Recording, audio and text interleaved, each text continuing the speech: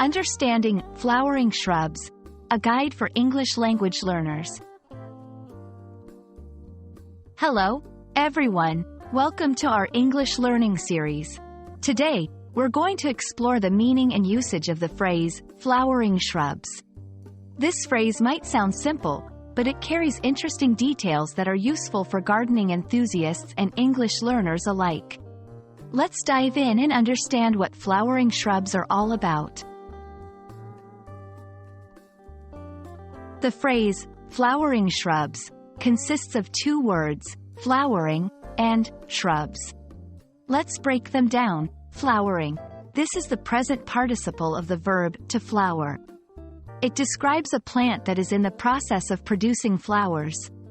When we say something is flowering, it means it's currently growing flowers or is capable of growing flowers. Shrubs. Shrubs are a type of plant. Unlike trees, shrubs are usually smaller and have multiple stems that grow close to the ground. They are a key part of many gardens and natural landscapes. Putting these two together, flowering shrubs, refer to shrubs that are capable of or currently producing flowers. Now, let's look at some examples and understand why flowering shrubs are significant. 1. Examples. Common flowering shrubs include roses, hydrangeas, and azaleas. Each of these has unique flowers and contributes to the beauty of a garden. 2. Importance. Flowering shrubs are not just pretty to look at, they play a crucial role in ecosystems.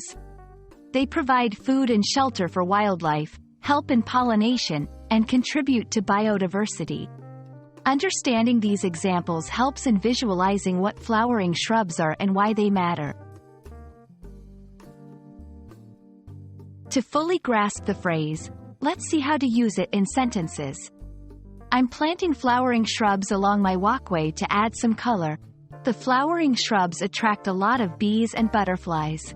Trimming the flowering shrubs can help them grow more healthily. These sentences show the phrase in practical, everyday use. And that's a wrap on flowering shrubs. I hope this video has shed light on this charming and ecologically significant phrase. Remember, learning English is not just about words, it's about understanding the world they describe. Keep exploring, and I'll see you in our next video. Happy learning!